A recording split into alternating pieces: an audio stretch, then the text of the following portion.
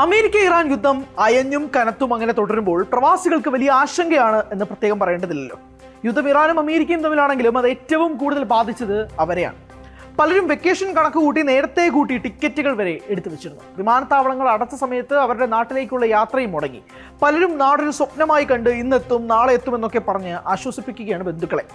അതിനിടയിൽ ഗൾഫ് രാജ്യങ്ങളിലെ കമ്പനികൾക്കെല്ലാം കടുത്ത മുന്നറിയിപ്പ് നൽകിയിരിക്കുകയാണ് പ്രമുഖ റേറ്റിംഗ് ഏജൻസിയായ S&P ഗ്ലോബൽ.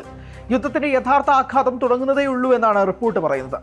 ലാഭം കുറയും, നിക്ഷേപങ്ങൾ മന്ദഗതിയിലാകും, പുതിയ പദ്ധതികൾ നീളും, ടൂറിസം മുതൽ റിയൽ എസ്റ്റേറ്റ് വരെയുള്ള മേഖലകൾ സമ്മർദ്ദത്തിലാകും. ഇതെല്ലാം ഒടുവിൽ ഗൾഫ് രാജ്യങ്ങളിൽ ജോലി ചെയ്യുന്ന ലക്ഷക്കണക്കിന് പ്രവാസികളെയും ബാധിച്ചേക്കാമെന്നാണ് വിലയിരുത്തൽ. യുദ്ധം എന്നത് വെറും ബോംബാക്രമണങ്ങളോ സൈനിക ഏറ്റുമുട്ടലുകളോ മാത്രമല്ല. ഒരു യുദ്ധം അവസാനിച്ച ശേഷവും അതിന്റെ സാമ്പത്തിക പ്രത്യാഘാതങ്ങൾ വർഷങ്ങളോളം തുടരാറുണ്ട്. ഇപ്പോൾ ഗൾഫ് രാജ്യങ്ങളെ സംബന്ധിച്ചിടത്തോളം അത്തരമൊരു മുന്നറിയിപ്പാണ് S&P ഗ്ലോബൽ റേറ്റിംഗ്സ് നൽകുന്നത്.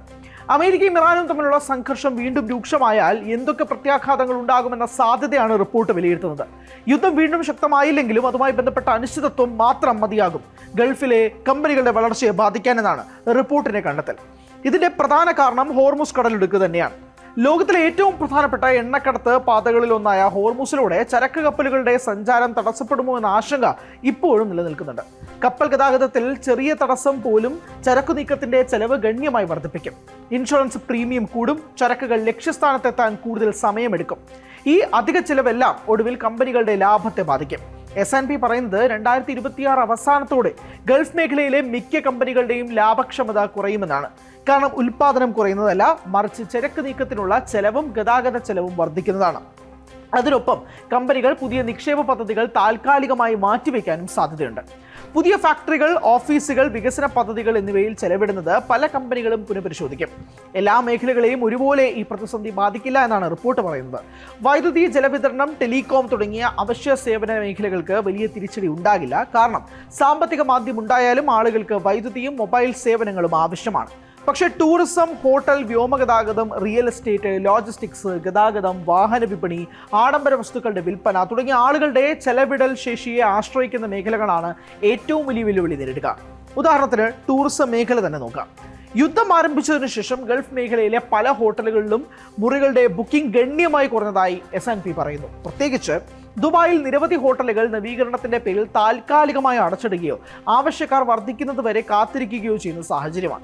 2026 അവസാന പാദത്തോടെ സ്ഥിതി മെച്ചപ്പെടാൻ സാധ്യതയുണ്ടെങ്കിലും യുദ്ധത്തിന് മുമ്പുണ്ടായിരുന്ന വിനോദസഞ്ചാരികളുടെ എണ്ണത്തിലേക്ക് തിരിച്ചെത്താൻ 2027 അവസാനം വരെ കാത്തിരിക്കേണ്ടി വന്നേക്കാമെന്നാണ് റിപ്പോർട്ടുകൾ വിലയിരുത്തുന്നത്. അതേസമയം സൗദി അറേബ്യയിൽ ആഘാതം താരതമ്യേന കുറവാണ്. കാരണം ഉംറയ്ക്കും ഹജ്ജിനുമായി തീർത്ഥാടകരുടെ വരവ് തുടരുകയായിരുന്നു. മറുവശത്ത് ചില അന്താരാഷ്ട്ര യാത്രക്കാർ മസ്കറ്റിലേക്ക് വഴിമാറിയതോടെ ഒമാന് ചെറിയ നേട്ടമുണ്ടായെങ്കിലും മേഖലയിലെ വിനോദസഞ്ചാരികളുടെ എണ്ണം കുറഞ്ഞതിനാൽ അവിടെയും ഹോട്ടൽ മേഖലയ്ക്ക് തിരിച്ചടി നേരിടുന്നുണ്ട്. ഉപഭോക്തൃ മേഖലയിലും വെല്ലുവിളികൾ ഏറെയാണ്. വിലക്കയറ്റവും ജീവിത ചെലവിന്റെ വർധനവും കാരണം ആളുകൾ അനാവശ്യ ചെലവുകൾ കുറയ്ക്കാൻ തുടങ്ങും.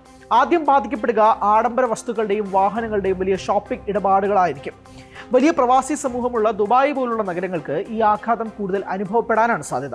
എന്നാൽ ഭക്ഷ്യവസ്തുക്കൾ, ഗാർഹിക ഉപയോഗ സാധനങ്ങൾ, വ്യക്തിഗത ശുചിത്വ ഉൽപ്പന്നങ്ങൾ തുടങ്ങിയ അവശ്യ വസ്തുക്കൾക്ക് ആവശ്യക്കാർ കുറയില്ല. എന്നിരുന്നാൽ അവയുടെ ലാഭവിഹിതവും കുറയുമെന്നാണ് റിപ്പോർട്ടുകൾ ചൂണ്ടിക്കാണിക്കുന്നത്. കാരണം അസംസ്കൃത വസ്തുക്കളുടെ വിലയും ഗതാഗത ചെലവും വർദ്ധിക്കുന്നതാണ്. എണ്ണവാതക മേഖലയിലും ആശങ്ക നിലനിൽക്കുന്നുണ്ട്. ഉൽപാദനം മാത്രമല്ല, അതുമായി ബന്ധപ്പെട്ട വിതരണ ശൃംഖലകളും കൂടുതൽ സമ്മർദ്ദത്തിലാകുമെന്ന് S&P മുന്നറിയിപ്പ് നൽകുന്നു.